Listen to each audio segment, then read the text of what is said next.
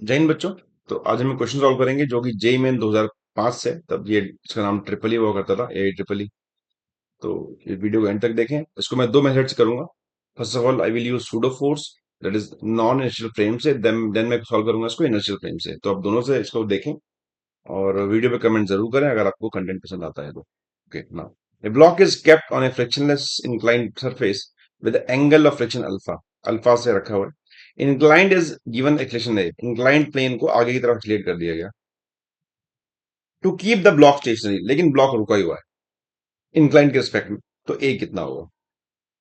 तो पहले क्वेश्चन को देखते हैं हम कि ये जो फ्रेम है, जो ये इंक्लाइन प्लेन है, ये एक्सलेट कर रहा है।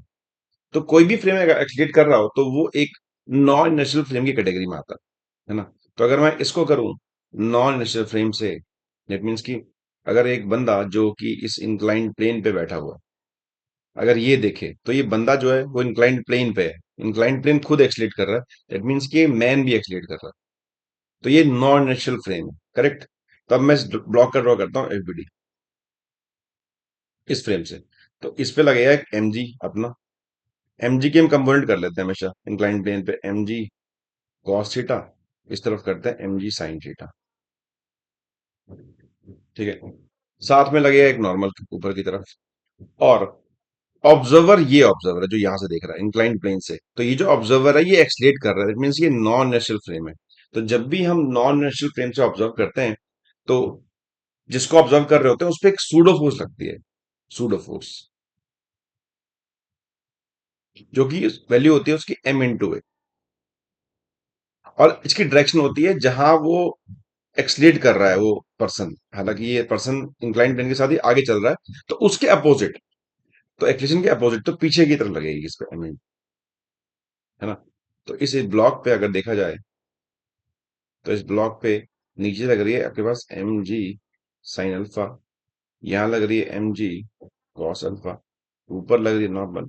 और मैं इस एम ए के कंपोनेंट भी कर लूँ, अगर ये एंगल अल्फा है तो ये भी अल्फा ही होगा। तो ये हो जाएगा एम ए कॉस अल्फा, और ये हो जाएगा एम ए साइन अल्फा। तो इस तरफ इसका आ रहा है एम ए साइन अल्फा, और इधर आ रहा है एम ए कॉस अल्फा।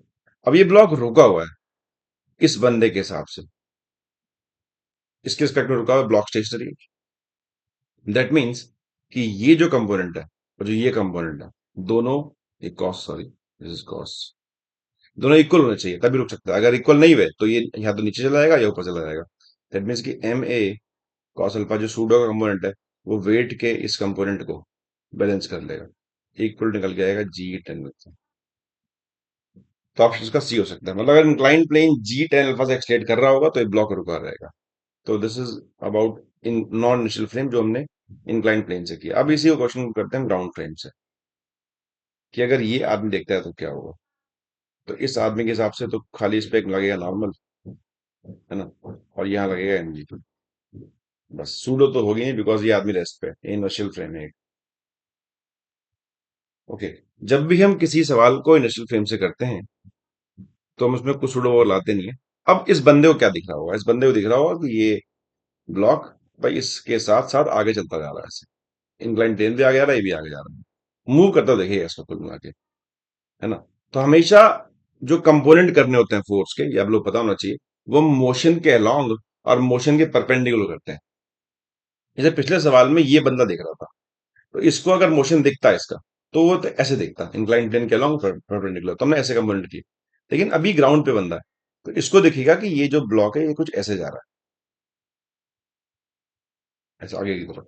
तो हमेशा ये कंपोनेंट इसके अलोंग किए जाएंगे, इस फोर्स के अलोंग, है ना, मोशन के अलोंग और मोशन के परपेंडिकुलर। तो ये तो हो गया परपेंडिकुलर और ये हो गया अलोंग, तो इनके अलोंग करेंगे कंपोनेंट इस बार। तो एन को अगर देखेंगे तो ये एंगल आपके पास अल्फा है, तो ये एंगल भी अल्फा होगा और ये एंगल अल्फा हो जाएगा बिकॉज ये 90 अल्फा होगा। तो ये आएगा एन कॉस अल्फा, इधर आएगा एन साइन अल्फा। और एमजी को कुछ नहीं करना इस पर बिकॉज एमजी ऑलरेडी मोशन के परपेंडिकुलर है। तो जो परपेंडिकुलर उसको नहीं करते कुछ भी, और ना पैरेलल करते हैं। एन नहीं था, एन ना पैरेलल था ना परपेंडिकुलर था, एन को ब्रेक कर लिया हमने।